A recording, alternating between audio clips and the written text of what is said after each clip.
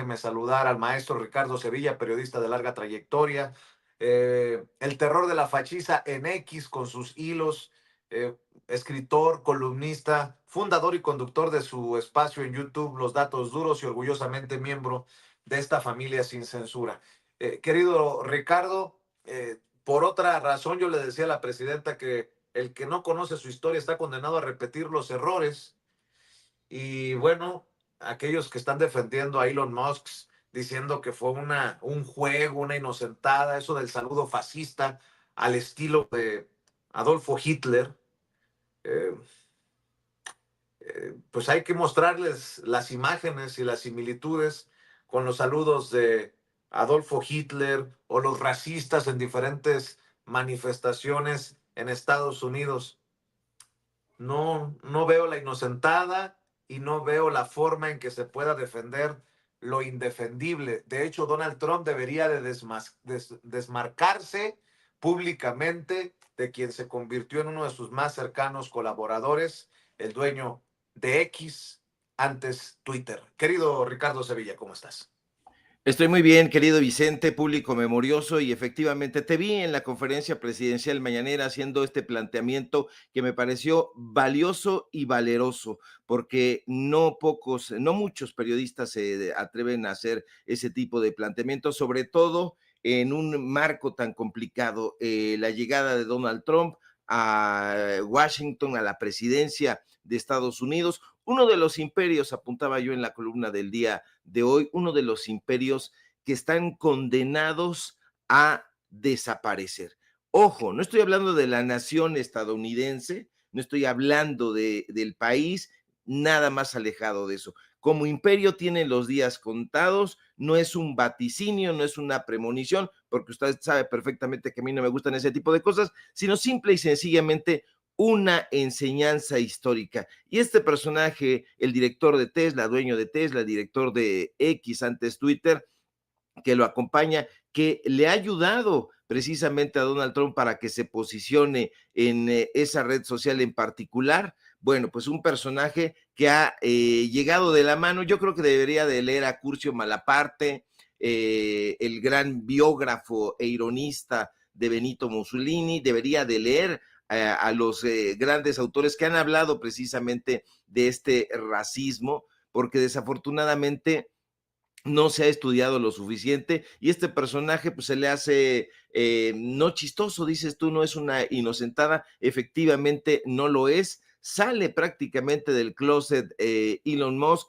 y deja ver este racismo, pero además acompañado de una de las ideologías más peligrosas y más perniciosas en toda la historia y en todo el orbe. Así que es un fenómeno que ahorita está en las redes sociales. Yo no sé, los comentócratas aquí con esa visión, llamémosle malinchista. A ellos les gustó mucho el término que acuñó Octavio Paz en El laberinto de la soledad sobre el malinchismo, sobre Malintzin traicionando a los suyos. Bueno, pues es un fenómeno que existe, Vicente, y desafortunadamente es un fenómeno que no se ha estudiado lo suficiente. Este malinchismo que está anidado en el corazón de la derecha, se trata de una compleja relación, de hecho, que combina, fíjate, al mismo tiempo esta admiración enloquecida que tienen y este rechazo hacia lo estadounidense.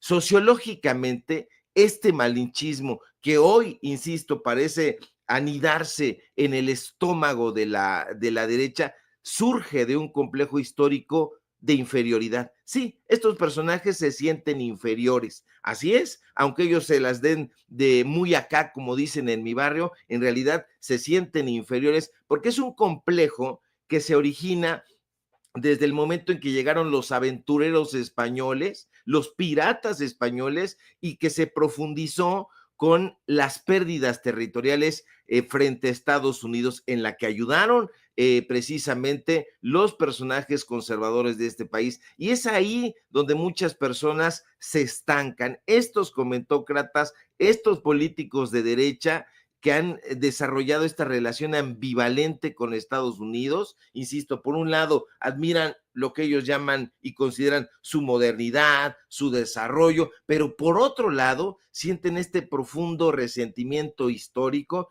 que los hace ir, que los hace viajar, que les llueva, que les truene, que les caiga nieve y que no los reciban. Poco se habla de este fenómeno, Vicente, porque hoy actualmente hablar de malinchismo es como políticamente incorrecto. Sin embargo, ahí está, sin embargo existen lamentablemente mexicanos y mexicanas malinchistas, como quienes, como Lili Telles, que en lugar de cerrar filas, como tú apuntaste en la mañanera, con México, con el gobierno que capitanea Claudia Sheinbaum, le dan la espalda al pueblo y lo deciden de una manera que da vergüenza verlo y reconocerlo. ¿Y cómo podemos reconocer a esta clase de malinchistas? Ahí está. No solamente es Lili Telles, observe usted alrededor, están todos estos comentócratas, estos leedores de noticias que se caracterizan por preferir lo extranjero sobre lo nacional, por considerar una y otra vez a la manera de Enrique Krause que la cultura estadounidense es mejor que la mexicana, por mostrar esta admiración completamente carente de crítica hacia Estados Unidos, por menospreciar una y otra vez de manera obcecada lo mexicano. Lamentablemente, estos personajes están ahí en la política, en los medios de comunicación. La pregunta es, Vicente, ¿por qué existe este sentimiento de desprecio hacia lo mexicano y por qué está esta admiración tan arraigada hacia lo estadounidense? Hay desde luego muchísimas respuestas, pero una de ellas nos remonta a lo histórico. Qué bueno que apuntaste esto, que quien no conoce la historia está condenado a repetirla, porque los mexicanos no olvidamos o no deberíamos olvidar el episodio de la guerra México-estadounidense 1846-1848, 2 años 2 años que marcaron profundamente este sentimiento nacional que a muchos nos enorgullece. Recordemos ese conflicto. Estados Unidos prácticamente se anexa el 55% del territorio mexicano. Sí, lo que hoy se conoce como California, como Nuevo México, como Texas, formaba parte de México, pero Estados Unidos, con la ayuda de los puritanos mexicanos, porque también hay puritanos no solamente de aquel lado, sino de este, se encargaron de saquear.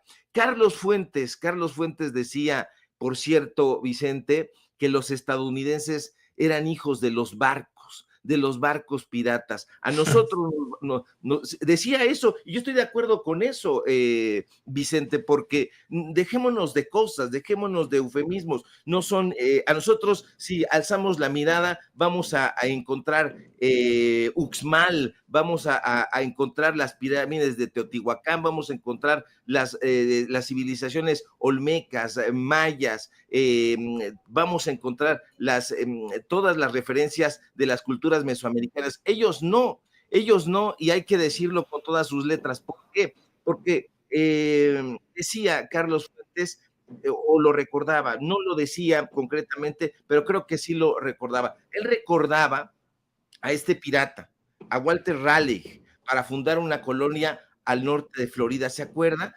Que Walter Raleigh no es una marca de cigarros, porque eso es lo que van a pensar de inmediato ahí Pedro Ferriz y todos estos personajes. No, pues era un pirata.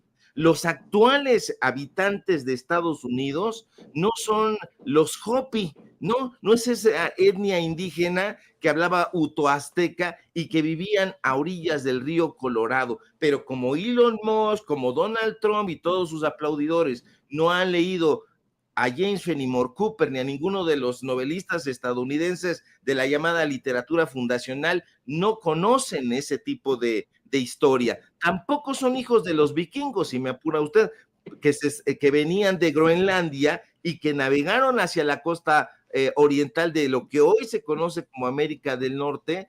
No son ellos. Los actuales pobladores son gente, digámoslo así, sin ser peyorativos, venida de todas partes. Y si se quieren buscar sus raíces, habría que buscarlas en la genealogía precisamente de los puritanos ingleses que se establecieron originalmente en Nueva Inglaterra. Y ahí me parece que está el meollo del asunto, Vicente, porque esta ideología puritana existe desde entonces. Esos puritanos están descritos en las novelas de Mark Twain, en las novelas de Hawthorne, son una presencia incluso obsesiva en la obra de Lovecraft. Trump es heredero de esos puritanos que influyeron y siguen influyendo en la cultura y en la educación meritocrática en Estados Unidos. ¿Por qué? Que no se nos olvide que los puritanos fueron quienes fundaron aquellas instituciones educativas puritanas. Ellos fundaron Harvard. Entonces, ¿qué es lo que se hace en Harvard? Observe usted nada más y entonces entenderá, porque ahí se ha promovido siempre un ambiente intelectual que ha fomentado en todo momento el desarrollo de la meritocracia. De hecho, esa ética puritana de éxito individual sigue actualmente, y yo lo lamento mucho, presente y refleja ese ideal meritocrático de la sociedad estadounidense. Entonces, eso nos va a hacer entender muchas cosas. Por otro lado, está el racismo que tiene las pezuñas hundidas desde hace muchísimo tiempo en Estados Unidos, que inicia con la llegada de los primeros esclavos africanos en Jamestown, allá por 1618, 1619, si no mal recuerdo, y este deleznable sistema de esclavitud todavía continúa en este momento. Ayer veíamos la ceremonia, una ceremonia de pompa y boato, llena de lisonjas, que pretendía retratar la punta de lanza de la democracia en todo el mundo, y en realidad parecía una ceremonia monárquica. Bueno, desde ahí, desde esos pedestales, estos personajes van fomentando esta ideología racial que pretende justificar, y desde entonces, la explotación y la dominación de una raza que siempre se ha sentido superior. Lamentablemente, Elon Musk forma parte de esos personajes racistas que perpetúan el odio, perpetúan la violencia racial, y ojo con eso, porque aquí el fosfo que le dicen al incompetente Samuel García, pues idolatra ese tipo de personajes. Eso es lo que representa el dueño de Tesla, el racismo. Eso es lo que representa Donald Trump. Así que hay que estar muy atentos con eso, porque es una discriminación sistemática que ha desbordado los ámbitos de la vida social, de la vida económica y en general de toda la vida estadounidense. Pues ojalá que a la gente que nos está viendo y escuchando, que le gusta que le hablemos como los chayoteros, no se atreve, no les interesa, no les conviene, porque no van a morder la mano que les da de tragar. No olviden este saludo fascista de Elon Musk, el dueño de lo que era antes Twitter, de Tesla, de estas empresas, que no olviden a los Salinas Pliego que anduvieron haciéndole fiesta en Washington a Donald Trump, mientras sus clientes, millones, están con el Jesús en la boca. Y bueno, hablando de no olvidar, mi querido Ricardo Sevilla, y grábeme, don David, le llovió, le nevó y no lo dejaron entrar.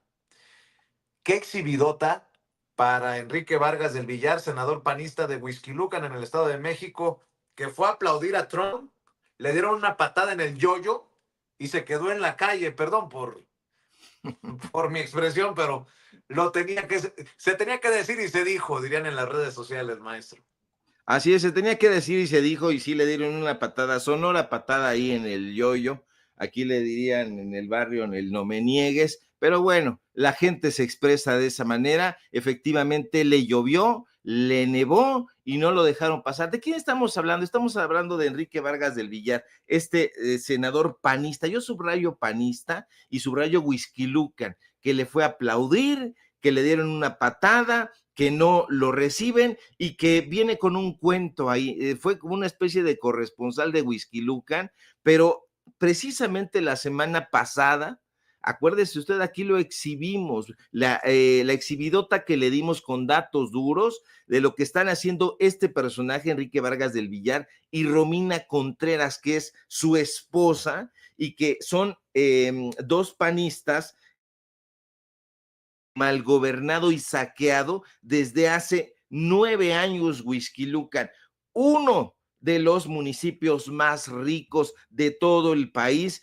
y el más rico del Estado de México. Ahí tiene, se lo dijimos aquí, usted vaya y vea el video que está en Sin Censura, donde dimos a conocer con datos duros cómo estos personajes se encargaron de enajenar bienes, de comprar propiedades en Miami, en Bosques de las Lomas, y que hoy está este personaje ausente de Huixquilucan, decidió ir a aplaudir a Donald Trump, le llovía, él pensaba que iba a quedar bien, él pensaba que iba a quedar, no sé, que lo iban a considerar como un personaje sobresaliente, pero quedó como un adulador. Es un personaje violento, es un